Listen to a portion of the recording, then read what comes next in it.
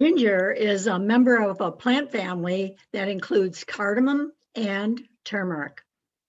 Its spicy aroma is mainly due to the presence of ketones, especially the gingerols, which appear to be the primary component of ginger studied in much of the health-related scientific research. The rhizome, which is this funny-looking thing, from which the roots grow. So they grow sideways and the rhizomes are cut off of the main plant.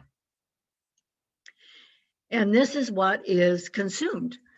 Ginger's current name comes from the Middle English gingiver, and this spice dates back over 3,000 years in the written and assumed to be over 5,000 years from the Chinese. Now, the written was by the Sanskrit, and the word is called Singavaram.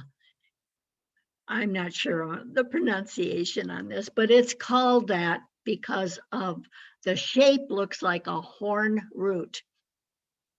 And in Greek, it was called Zigabarus, and in Latin, Zinziberi.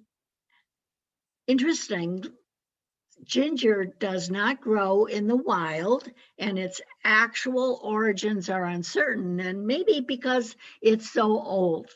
Hi, I'm Mary Bourne. I'm a traditional naturopath. I love sharing natural remedies with people. They've been around for hundreds, even thousands of years because they work, and not in a petri dish, on people. I want to thank you for joining me today. I hope that you liked this video. Give me a thumbs up and share it with others. I love hearing from you, so please comment. And if you subscribe and click on the little notification bell, you'll be notified each time I do these, which is about once a week. I have a huge fondness for ginger. The way it can settle the stomach is amazing. My husband and I love cruises, both ocean and river. And if you do river cruises, it's generally not a problem. But ocean cruises can be a real concern for people. And in the early years, I tried different things. I tried Dramamine, I tried the things behind the ears, and they disrupted my hormones and made my vision blurred, and my ankles swell and all kinds of problems. And then I discovered ginger. What a blessing. So it was recommended that I take 2 each meal. So that was 2-3 times a day, and to start a week before the cruise and then do it all the way during the cruise.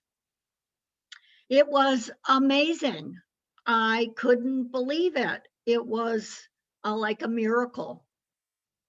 There was no dizziness. There was no nausea. It was such a beautiful answer to a problem because we loved cruising. It was a great way to visit a lot of different places. We've done the Mediterranean, the Caribbean, and even South America. And I'm telling you, in South America, there were times when we were off our bed and the closet doors would go back and forth because they're magnetic, and it would lose its magnetism and the door would fly open. But I was never nauseous. It was just an incredible thing. So there have been several double-blind, randomized, placebo-controlled clinical trials that have indicated that ginger consumption is effective and safe in helping to prevent nausea and vomiting during pregnancies. And I'll leave that article for your own research in the description below. So according to the National Center for Biological Information, these randomized trials suggest that although ginger might not be the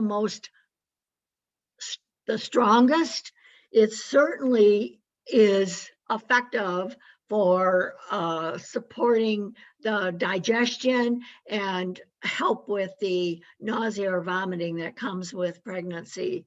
So again, there's a lot of wonderful research on this ncbi.gov, and I will certainly leave that link for you. So there is a lovely herb by Bigelow that is a lemon ginger, and I like it with a little bit of honey in it. And this might be a good place to start. I don't know whether or not it's going to have the right dosage to support real health, but it certainly is going to support digestion, which would lead to better health. So children might enjoy this. You can water it down, and they can be sipping on it during a car ride if car sickness is a problem with the family. But it's a great place to start. I love ginger snaps, and they've been well known but they're spicy. These are really hot. And if you like spicy, that's great. I'm not a fan. I don't like spicy pepper or anything.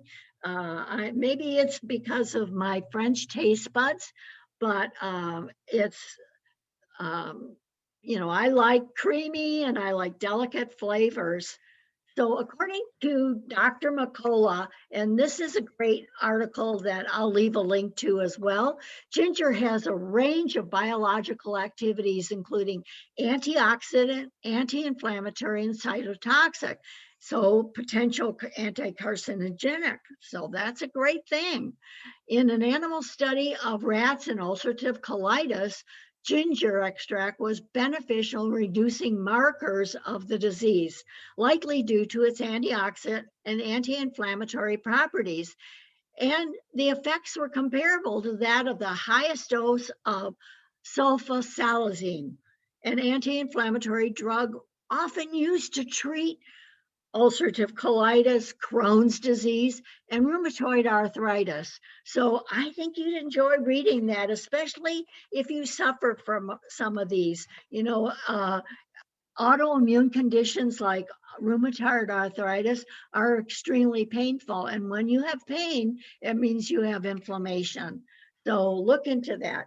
Now, another person I really, really enjoy is Mary's Nest. Now, her thing is that she takes people from a processed food kitchen to a traditional kitchen and can help you along the way so that you're not jumping right into it. You can transist easily.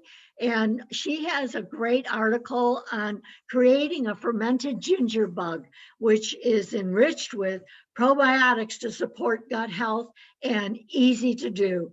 So fermented foods are extremely beneficial for gut health.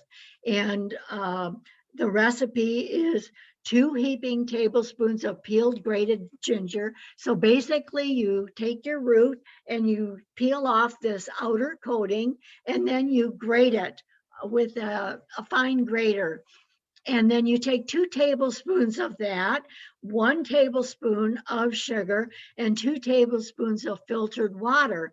And every day for 5 days, you do the same thing. You add in the 2 tablespoons of grated ginger and the sugar and the filtered water.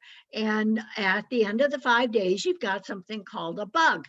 And from this bug, you can create ginger ale, you can create strawberry ale, you can do all kinds of fruit juices, you can use the orange and make it beneficial with these probiotics. So they're much better for you. Now, here's a recipe. If you don't want to go through all that and you simply want to have some fresh ginger and some water and a little bit of lemon juice and some honey and make a hot drink to ward off flu or cold, this would be great. Now, adults can add a little bit of whiskey or brandy to it and then go to bed and sweat it out. This is a good way, natural way to get rid of an infection upper respiratory infection that you might be dealing with. So adding ginger to a dish is really beneficial. There's some recipes that I'll add a link to in the description below on ginger chicken, and you can control how much ginger you put in the dish, and adding sesame seeds and green beans. This would be a great dish for people to and add to their health. The marinade, you can make a wonderful marinade with a ginger and spice up even vegetables, or you can put it on meats and tenderize it. There's a lot of wonderful things that you can do with ginger, and it is so helpful. Oh, by the way, back to this. When I was a little kid and not feeling good, my dad would go out and buy burners. Now, people from Detroit associate burners in Detroit, but it was darker in color than the ginger Canadian Canada Dry ginger ale, and it would settle my stomach down just wonderfully.